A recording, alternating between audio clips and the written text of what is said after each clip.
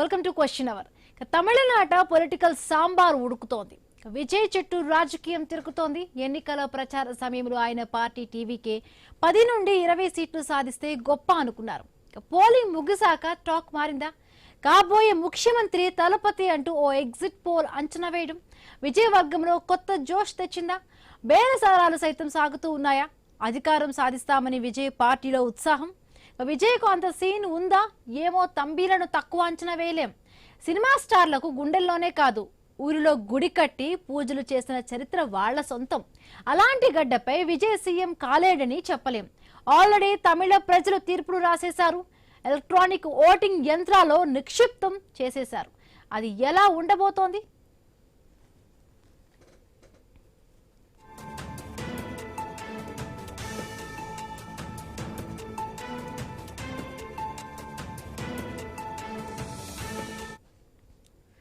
తనకు తిరుగు లేదని బిందాస్ గా ఉన్న సీఎం స్టాలిన్ లో ఆయన టీంలో కలవరపాటు మొదలైందా? ఏ నియోజకవర్గంలో ఎవరికి ఎన్ని ఓట్లు పడ్డాయో, ఏ పార్టీకి ఎన్ని సీట్లు రావచ్చో లెక్కలు వేస్తున్నారా?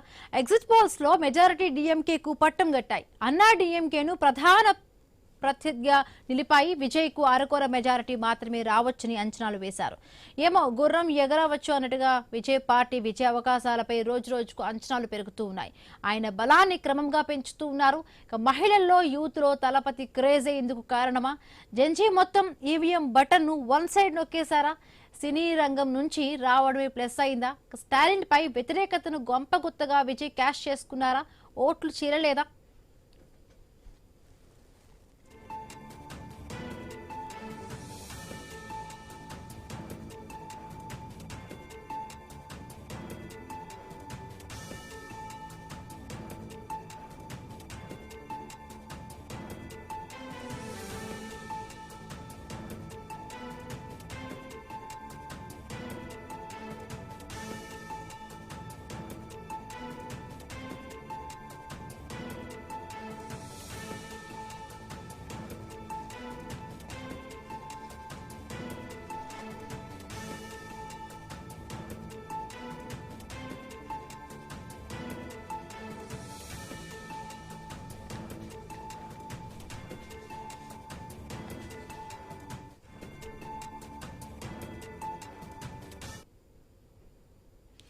తమిళ పాలిటిక్స్ లో విజయ్ కింగ్ అవుతారా? కింగ్ మేకర్ అవుతారా? కమేడియన్ గా మిగులుతారా? పోలింగ్ తర్వాత ఇంత హైప్ ను ఎలా వచ్చింది? ఇదంతా విజయ్ టీం పబ్లిసిటీస్ట్ అంట. ఓటర్ల నాడిని నెమ్మదిగా పట్టుకుంటున్నారా? పొలిటికల్ ఎంట్రీ ఇచ్చిన తొలి టర్మ్ లోని అధికారం సాధించడం కొందరికే సాధ్యమైంది. అలాంటి వారి జాబితాలో తల చేరుతాడా? పూర్తి స్థాయిలో మెజారిటీ రాకున్నా కొత్త ప్రభుత్వ ఏర్పాట్లో కీలకంగా మారతారా? ఇదే ఇప్పుడు హాట్ టాపిక్ గా ఉంది. ఇటుగా తమిళనాడులో కూడా హీరో విజయ్ చుట్టూ కూడా రాజకీయం మొత్తంగా కూడా తిరుగుతోంది. ఒక్కసారిగా కూడా అక్కడ రాజకీయాలు వేడెక్కాయి. ఇక సినిమా స్టార్లకు ఈ ఫ్యాన్ ఫాలోయింగ్ బేస్ అంతా ఉంటుంది. బట్ ఎగ్జిట్ పోల్స్ అంచనాల తర్వాత కూడా, అంటే మొదట్లో విజయ్ పార్టీకి ఒక 10 నుంచి 20 సీట్లు మాత్రమే వస్తాయి అనుకున్నారు. కొన్ని అంచనాలు వచ్చాయి. కానీ ఒక్కసారిగా కూడా ఎగ్జిట్ పోల్స్ అంచనాల తర్వాత కూడా ఒక హైప్ అంతా పెరిగిపోయింది. విజయ్ ఒక కింగ్ అవుతారో, కింగ్ మేకర్ అవుతారంటూ కూడా కొన్ని చెప్పిన ఇవి ఉన్నాయంటే విజయ్ మొత్తంగా కూడా ఒక్కటి మనం అబ్జర్వ్ చేసుకుంటే, ఇక్కడ పోలింగ్ తర్వాత access by India, Chanakya, news 18 కొన్ని ఛానల్స్ లో మొత్తంగా కూడా విజయ్కి చాలా వరకు కూడా అక్కడ సీట్లు సాధిస్తారు అంటూ కూడా కొన్ని ఎగ్జిట్ పోల్స్ అంచనాలు వచ్చాయి. సో చూద్దాం అసలు, లేకపోతే ఒక విజయ్ ఒక హంగ్ తీసుకుని 50 నుంచి 80 సీట్ల వరకు కూడా సాధించి మొత్తం డిసైడింగ్ ఫ్యాక్టర్గా కూడా మారబోతున్నారా? సో మాట్లాడదాము. జాయిన్ అయ్యారు పసుపులేటి సందీప్ రాయల్ గారు, టీవీకే పార్టీ ఐటీవీ ఏపీ రాష్ట్ర ఇన్ఛార్జ్, అలాగే వీరశేఖర్ రావు గారు విశ్లేషకులు, ఇద్దరు జాయిన్ అయ్యారు. నమస్తే అండి. నమస్తే అండి సందీప్ రాయల్ గారు. చూసారు మొత్తంగా కూడా ఎగ్జిట్ పోల్స్ అంచనాల తర్వాత కూడా చాలా వరకు కూడా మీ పార్టీలో ఉన్న నాయకుల్లో ఉత్సాహం కనిపించినట్టుగా తెలుస్తోంది. ఇవన్నీ కూడా ఒక్కసారిగా కూడా జంజీ ప్రభావం అనుకోవాలా, లేకపోతే యూత్ ఓటర్లు అందరూ కూడా మీకే ఓట్లేసారు అనిపిస్తోందా? ఎగ్జిట్ పోల్స్ అంచనాలు మొత్తంగా కూడా కొన్ని ఎగ్జిట్ పోల్స్ లో చూసుకుంటే ఒకవైపు చాణక్య కానీ, ఇంకొకటి మై యాక్సెస్, ఇవన్నీ ఇండియా, ఇవన్నీ కూడా చాలా వరకు కూడా మీ పార్టీకే చాలా వరకు కూడా సీట్లు వస్తాయంటూ కూడా వచ్చాయి. సో ఏమనుకుంటున్నారు? కింగ్ అవుతారు అనుకుంటున్నారు, లేకపోతే కింగ్ మేకర్ గా డిసైడింగ్ ఫ్యాక్టర్ గా కూడా మారే అవకాశం ఉందనుకుంటున్నారా? ముందుగా ఐ న్యూస్ యజమానికి మనస్ఫూర్తిగా నమస్కారాలు. నేను చెప్పేది ఏంటంటే, పార్టీ పెట్టినప్పటి నుంచి కూడా విజయ్ గారు ఒక స్పష్టమైన ఆలోచన ధోరణితో రాజకీయాల్లోకి వచ్చారు. ముఖ్యమంత్రి పీఠమే ధ్యేయంగా తమిళనాడు ప్రజల బాగోగులను తలరాతలను మార్చడానికి ఆయన రాజకీయాల్లోకి వచ్చారు. ఆ విధంగానే డే 1 నుంచి కూడా ఈ రోజు వరకు ఒకటే క్యాంపెయిన్ గాని, పార్టీ స్ట్రక్చర్ గాని చేయడం జరిగింది. మేము ఫస్ట్ నుంచి కూడా మా పార్టీలో టీవీకే పార్టీ పెట్టినప్పటి నుంచి కూడా మహిళలకి, యువతకి చాలా ఎక్కువ ప్రాధాన్యత ఇచ్చిన సందర్భాలు ఉన్నాయి. అంతేకాకుండా తమిళనాడులో ఎప్పుడు కూడా డిఎంకే, అన్నా డిఎంకే మధ్యనే ధోరణి అక్కడ అనేది ప్రజలు వచ్చారు, అది పెట్టారు. ఖచ్చితంగా తమిళనాడు ప్రజలందరూ కూడా టీవీకే పార్టీకి పట్టం కట్టారని కూడా మీ అందరికీ తెలిసిందే. పోలింగ్ రోజు చూశారు. జంజీ యువత ఎలా ఎక్కడినిక్కడి నుంచి విదేశాల నుంచి వచ్చింది, పౌరు రాష్ట్రాల నుంచి వచ్చి కూడా ఓట్లు వాళ్ళు వేయడమే కాకుండా కూడా వాళ్ళ ఇంటి కుటుంబ సభ్యులతో కూడా ఓట్లు వేయించి విజయ్ గారికి చాలా మద్దతుగా నిలిచారు. అదే విధంగా మీరు సర్వేలు అంటారా, ఏదో చిన్న చిన్న చిత్తగా సర్వేలు ఎటువో మాకు వ్యతిరేకంగా ఇచ్చిండొచ్చు, కానీ ఇండియాలో టాప్ సర్వేస్ అయినటువంటి ఇండియా టుడేకి సంబంధించిన యాక్సిస్ గానీ, టుడే చాణక్య గానీ విజయ్ గారికి టీవీకే పార్టీకి వాళ్ళు నిజమైన పల్స్ చూశారు కాబట్టి వాళ్ళు చాలా కరెక్ట్ గా ఇచ్చారు. అంతేకాకుండా మేము ఇప్పటికీ ఇంకా స్పష్టంగా నమ్ముతున్నాం. మేము ఇంకా టుడే చాణక్య, ఇండియా టుడే ఇచ్చిన సర్వేలు కూడా ఇంకా తక్కువ ఇచ్చారు.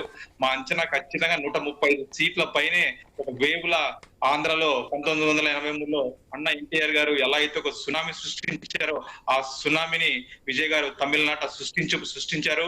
అది మనం అందరం కూడా మే 4న చూడబోతున్నాం. అంతేకాకుండా మీరు కింగ్ మేకర్ అంటారు, మేము కింగ్ మేకర్ అయినా కూడా ముఖ్యమంత్రి పీఠం మాదే. అది మా అధ్యక్షులు విజయ్ గారు ఎలాంటి నిర్ణయం తీసుకున్నా కూడా మా పార్టీ కేడర్ కూడా కట్టుబడి ఉంటది. ఇప్పటికే విజయం వైపు కూడా కొంతమంది తెలియజేస్తున్నాం. రైట్. వీరశేఖరరావు గారు, అంటే మొదటి ఎన్నికల్లో కూడా ఫస్ట్ స్టార్టింగ్ పెట్టినప్పుడు కూడా టీవీకే పార్టీ పెట్టినప్పుడు ఒక 10 నుంచి 20 సీట్లు మాత్రమే గెలుచుకుంటారు అన్నారు. మొత్తంగా కూడా ఈ ఎగ్జిట్ పోల్స్ అంచనాలు వచ్చినాక ఒక్కసారిగా కూడా హైప్ మారిపోయింది. ఇది ఒక్క సినిమా ఫ్యాన్స్ యొక్క హైప్ అని డిఎంకే పార్టీ కూడా వాళ్ళు కూడా అంటే అంటున్నారు. సో అంటే ఏంటి మొత్తంగా కూడా విజయ్ మొదటిసారి ఎన్నికల్లో కూడా విజయ్ ముఖ్యమంత్రి అవ్వడం ఈ ఒక ఏదైతే హైప్ ఉందో హైప్ బట్టి కూడా సాధ్యం అనుకుంటున్నారా? సో డిస్కస్ చేద్దాము. అంతకన్నా బిఫోర్ ద చిన్న break. Welcome back. Exit polls అంచనాల తర్వాత కూడా ఒక్కసారిగా కూడా విజయ్కి హైప్ క్రియేట్ అయిపోయింది. ఒక పాజిటివ్ సంకేతాలు విజయ్ పార్టీ టీవీకే పార్టీకి వస్తున్నాయి. సో అధికార డిఎంకే పార్టీ అలాగే అన్నా డిఎంకే పార్టీ ఈ రెండు కూడా చాలా వరకు అక్కడ స్ట్రాంగ్గా ద్రవిడియన్ పార్టీస్ ఉన్నాయి. ఈ రెండు పార్టీలను కూడా తట్టుకొని విజయ్ ఏమాత్రం ఎంతవరకు కూడా నిలదొక్కు ఉంటారు. సో రైట్, మాట్లాడుతూ ఉన్నాము. వీరశేఖరరావు గారు, అంటే మొదటి ఎన్నికల్లో కూడా విజయ్ ముఖ్యమంత్రి అయ్యే అవకాశం ఉంది. ఇప్పుడున్న హైప్ ఓన్లీ ఫ్యాన్ బేస్డ్ ఓట్లు అనుకోవాలా? ఇంకొకటి అంటే విజయ్ గారు టీవీకే పార్టీని ఏ విధంగా అయితే జయలలిత గారి, ఎంజీఆర్ గారిని తీసుకెళ్లే స్థాయికి విజయ్ గారు ఇప్పుడు టీవీకే పార్టీని తీసుకెళ్లే ఆ స్థాయి ఉందంటారు. ఎందుకంటే కూడా డిఎంకే కూడా చాలా వరకు స్ట్రాంగెస్ట్ పార్టీ. ఎప్పటి నుంచి కూడా వాళ్ళు రాజకీయాల్లో దశాబ్దాలుగా కూడా ఉన్నారు. క్యాడర్ కూడా క్షేత్రస్థాయిలో చాలా వరకు కూడా బలం ఉంటుంది. సో ఇవన్నీ కూడా తట్టుకొని టీవీకే పార్టీ నిలదొక్కుంది అనుకుంటారా? అన్ని తట్టుకోవటం అంటే తమిళనాడుకి ఒక ప్రత్యేకత. తమిళనాడు ఓటర్ ఏ సంవత్సరం ఎప్పుడు కూడా ఒక పార్టీని నమ్ముకొని ప్రతిసారి ప్రతి ఎలక్షన్ కి అధికారం మార్చే పరిస్థితి గతంలో మనం చూసాం. ఒకసారి జయలలిత గెలిస్తే ఇంకోసారి డిఎంకే కరుణానిధి గారు గెలిచే పరిస్థితికి వచ్చింది. వాళ్ళు ఎవరిని ఒకసారిగా కరెక్ట్ గా పూర్తి స్థాయిలో నమ్మే పరిస్థితి కాదు.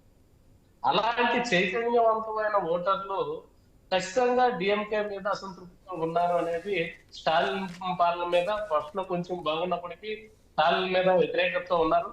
కానీ ఆ వ్యతిరేకతని క్యాష్ గా ఓట్లుగా మలుచుకొని అక్కడ స్థానికంగా నాయకత్వంలో మెరుగు అన్నా డిఎంకే నుంచి గట్టి పోటీ అనేది స్టాలిన్ గారికి లేకపోవడం, దాన్ని క్యాచ్ చేసుకోవడానికి అక్కడ పబ్లిక్ ఎదురు చూస్తా ఉండగా టీవీకే విజయ్ గారి పార్టీ అనేది వాళ్ళకి ముందుకు వచ్చింది.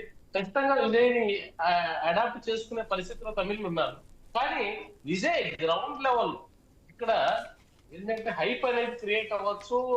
ఆయన రాజకీయాల్లోకి వచ్చిన తర్వాత కూడా సినీ రంగం నుంచి వచ్చాడు కాబట్టి సినీ రంగంలో ఆయనకున్న ఫ్యాన్స్ ఫాలోయింగ్, ఫ్యాన్స్ అభిమానులు ఈయన మీద చాలా హోప్స్ పెట్టుకుని ఉన్నారు. అది 100% కరెక్ట్ కాదనేది కూడా ఏం లేదు.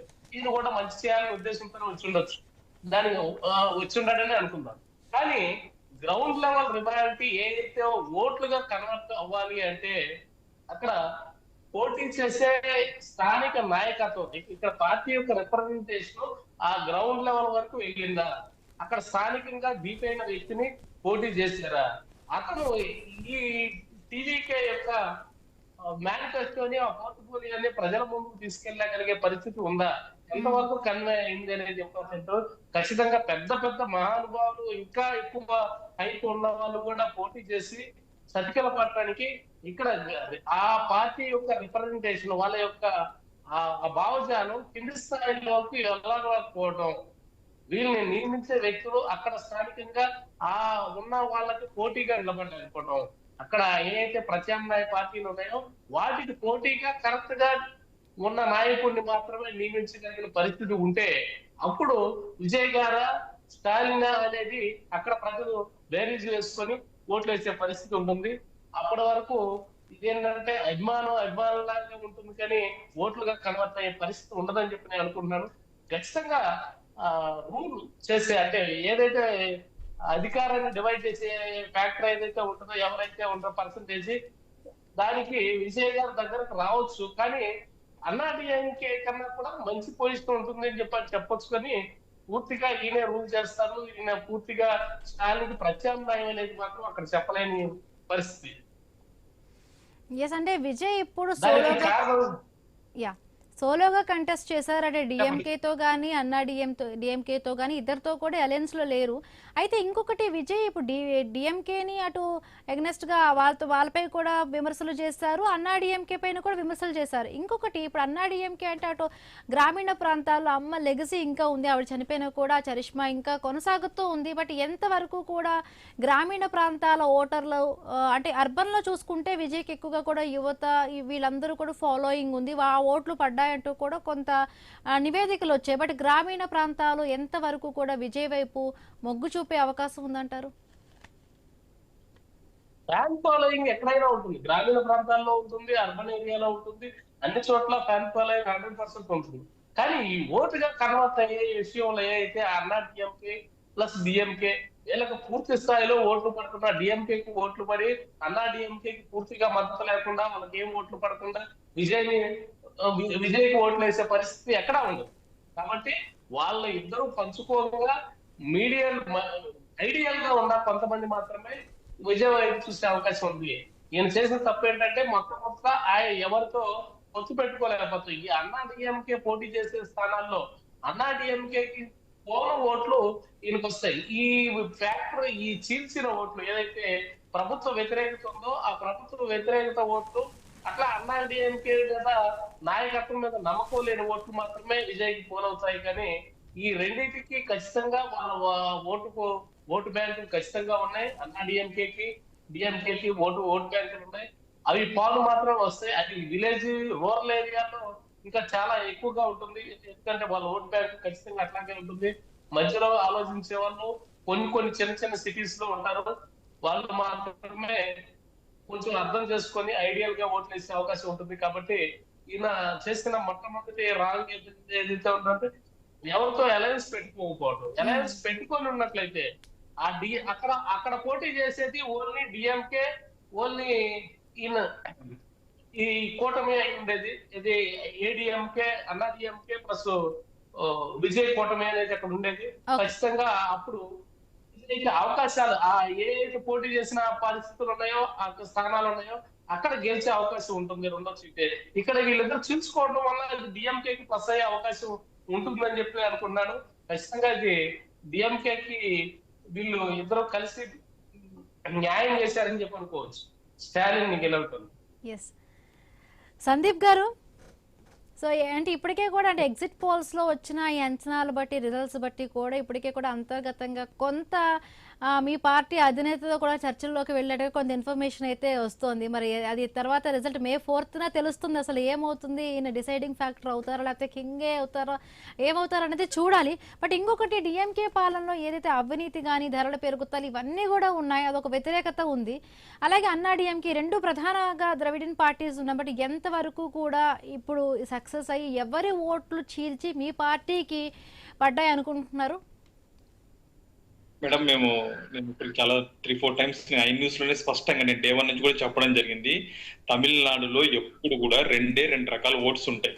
అది ఏ పార్టీ, ఏ తమిళనాడు ప్రజలు 2 రకాల టైప్స్ ఓట్లు వేస్తారు. ఒకటి ప్రభుత్వ వ్యతిరేక ఓటు, 2 బీజేపీ వ్యతిరేక ఓటు. మీకు ఒకటి చెప్తాను, 1952 నుంచి ఇప్పటి వరకు తమిళనాడులో బీజేపీతో పొత్తు పెట్టుకున్న పార్టీ అధికారంలోకి వచ్చిన దాఖలాలే లేవు. అందువల్లనే 2019లో ఎంపీ ఎలక్షన్స్ లో కానీ 2021 అంటే ఇప్పుడు ఎమ్మెల్యే ఎలక్షన్స్ మీ అధినేత చేసిన వ్యూహం చాలా కరెక్ట్ గా చేశారు. ఎందుకంటే మీరు అక్కడ బీజేపీతో అలయన్స్ లోకి పోలేదు, ఇటు మొదటి నుంచి కూడా స్టాలిన్ గారు వ్యతిరేకిస్తూ కూడా వచ్చారు. ఆ 2 ఓట్లు మాకు వచ్చాయి కాబట్టి మేడం, అందులో జంజీ యువత మాకు సపోర్ట్ చేయడం వల్ల క్లీన్ స్వీప్ చేయబోతున్నాం. ఇండియా టుడే అందుకున్న పల్స్ కంటే ఇంకా ఎక్కువ 35 సీట్ల పైనే విజయ్ గారు సాధించబోతున్నారు. కింగ్ మేకర్ కాదు, కింగ్ కాబోతున్నారు. తమిళనాట మరో ఎన్టీఆర్ లాగా ఒక సునామీ సృష్టించబోతున్నారండి. ఎస్, వీరశేఖర్ గారు, అంటే మొత్తంగా కూడా సినిమా స్టార్స్ తమిళనాడులో కూడా ఈ సినిమా స్టార్స్ పవర్ ఎంతవరకు కూడా తమిళ స్టేట్లో పనిచేస్తూ ఉంది? నిజంగా ఎంజీఆర్, జయలలిత తర్వాత కూడా విజయ్ అంత సక్సెస్ అవుతారా? ఇంకొకటి, 2 పార్టీలకి అలయన్స్లో కాలేదు కాబట్టి ఒకటి ఆయన చెప్తున్నట్టు కూడా, ఒకటి ప్రభుత్వ వ్యతిరేకత, బీజేపీ వ్యతిరేకత, ఆ 2 ఓట్లు కూడా గంపగొత్తగా అటు టీవీకే పార్టీకే పడ్డాయి అంటున్నారు. సో ఎవరు డిసైడింగ్ ఫ్యాక్టర్ అంటారు అక్కడ? మొత్తంగా చూసాము, యువత చాలా వరకు కూడా తమిళనాడు స్టేట్లో మహిళలు ఎక్కువ మంది కూడా ఉన్నారు, మహిళా ఓటర్లు ఎక్కువ. వాళ్ళకి విజయ్ మన మేనిఫెస్టోలో కూడా 2500 మంత్లీ స్కీమ్, ఒకటి గోల్డ్ సంబంధించి కూడా కొన్ని ఆఫర్లు ఇవ్వడం జరిగింది. సో ఇవన్నీ కూడా ఒక డిసైడింగ్ ఫ్యాక్టర్ అవ్వచ్చు అంటారా? అటువైపు డిఎంకే కూడా చాలా వరకు సంక్షేమ పథకాలు ఇచ్చింది. బట్ తమిళ ఓటర్ల మైండ్ సెట్ ఏ విధంగా ఉంది? ఇప్పుడు చూస్తుంటే అంచనాలు బట్టి కూడా, ఎగ్జిట్ పోల్స్ అంచనాలు బట్టి కూడా మొత్తంగా విజయ్కే చాలా వరకు కూడా ఎడ్జ్ కనిపిస్తుంది. ఖచ్చితంగా ఉంటుంది. ఎందుకంటే తమిళ ఓటర్లు జయలలిత గారి దగ్గర నుంచి, జయలలిత గారు వచ్చిన దగ్గర నుంచి ఎలాంటి స్కీములు, ఆఫర్లు అనేది మొదలు పెట్టడం జరిగింది. వాటికి అట్రాక్ట్ అయ్యి ఓట్లు వేసిన పరిస్థితులు ఉన్నాయి. కానీ ప్రతిసారి కూడా ఇన్ని రకాల స్కీమ్స్ ఇచ్చినా, ఎన్ని రకాల చూపించినా కూడా, ఆశలు చూపించినా కూడా ఒకసారి అన్నా డిఎంకే ఓడిపోయిన పరిస్థితి కూడా మనం చూస్తాం, ఇలాంటి అన్ని ప్రకటించినప్పుడు కూడా. కాబట్టి తమిళ ఓటర్లు ఎప్పుడూ స్కీమ్స్ కి వీటికి లొంగి ఉంటారనేది అబద్ధం. వాళ్ళు ఎప్పటికప్పుడు వాళ్ళు ప్రత్యామ్నాయాన్ని వెతుక్కుంటారు. కాకపోతే ఇక్కడ డిఎంకేకి ప్రత్యామ్నాయంగా అన్నా డిఎంకే అనేది కరెక్ట్ గా ఒక నాయకుడిని చూపించే పరిస్థితి లేదు. దాన్ని డిఎంకే మీద ఉన్న వ్యతిరేకతనే, ఆ వ్యతిరేక ఓటు చేర్చడం కోసం మాత్రం ఇక్కడ ఈ విజయ్ గారి పార్టీ చేసింది కానీ పూర్తి స్థాయి ఓట్లని వీళ్ళ అకౌంట్ లో వేసుకునే పరిస్థితి కనిపించలేదు. అక్కడ అన్నా డిఎంకే ఖచ్చితంగా ఓటు బ్యాంకు ఉంది. పాత రూరల్ ఏరియాలో ఇంకా చాలా గట్టిగా ఉంటుంది. ఎందుకంటే వాళ్ళు ఇప్పటికి కూడా అన్నా డిఎంకే అంటే జయలలిత గారి పార్టీ, ఎన్టీఆర్ గారి పార్టీ అని చెప్పి నమ్ముతారు. కాబట్టి వాళ్ళ ఓట్లని ఎవరు కన్వర్ట్ చేయలేరు, అది కన్వర్ట్ కాదు.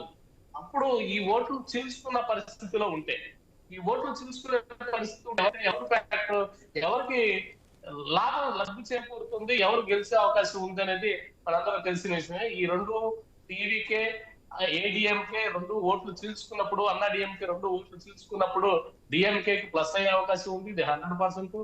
రేపు జరగబోయే రిజల్ట్ లో కూడా ఇదే రాబోతుందని చెప్పి మనం అనుకోవాల్సిన అవసరం ఉంది. ఇదేంటంటే హైప్ అయినది ఉండొచ్చు. ఆంధ్రప్రదేశ్ లో కూడా మనం పవన్ కళ్యాణ్ గారు మొట్టమొదటి పోటీ చేసినప్పుడు చూసాం, అట్లాగే అంతకుముందు చిరంజీవి గారు పోటీ చేసినప్పుడు చూసాం. ఇలాంటి హైప్ క్రియేట్ ఉంటుంది, ప్రజల్లో అభిమానం ఉంటుంది. కానీ వాటికి పబ్లిక్ పోలింగ్ బూత్ వరకు ఓటర్ను తీసుకెళ్లి ఓటు వేసే రిప్రజెంటేషన్ కనుక అక్కడ లేకపోయినట్లయితే, ఏ పార్టీకైనా ఎవరికైనా ఉన్న ఫాలోయింగ్ ని ఓటుగా మలుచుకోవటం, అక్కడ గ్రౌండ్ లెవెల్ రిప్రజెంటేషన్, ఈ స్కీమ్ లో ఈయన చెప్పినవి ఇవన్నీ కూడా ఇక్కడ మేము అమలు చేస్తాము అని అక్కడ ఉన్న స్థానిక నాయకత్వానికి, ప్రత్యామ్నాయ నాయకత్వాన్ని మనం అక్కడ నిర్మించినట్లయితేనే అవి 100% సక్సెస్ అయ్యే అవకాశం ఉంటుంది. కానీ అలా వేగ్ గా పైనుంచి ఒకసారి మనం ఓట్లు అడగగానే కింద ఉన్న గ్రౌండ్ లో అన్ని ఓట్లుగా కన్వర్ట్ అయ్యే అవకాశం ఉండదు. దానికి గ్రౌండ్ లెవెల్ రిప్రజెంటేషన్ అంటే నిర్మాణం అనేది ఉండాలి. ఆ నిర్మాణం అనేది ఇక్కడ పూర్తి స్థాయిలో కనిపించలేదు. అట్లాగే ఏఐడిఎంకే ఉన్న ఓటు బ్యాంక్ వీళ్ళు పూర్తిగా కన్వర్ట్ చేసుకోలేని పరిస్థితి.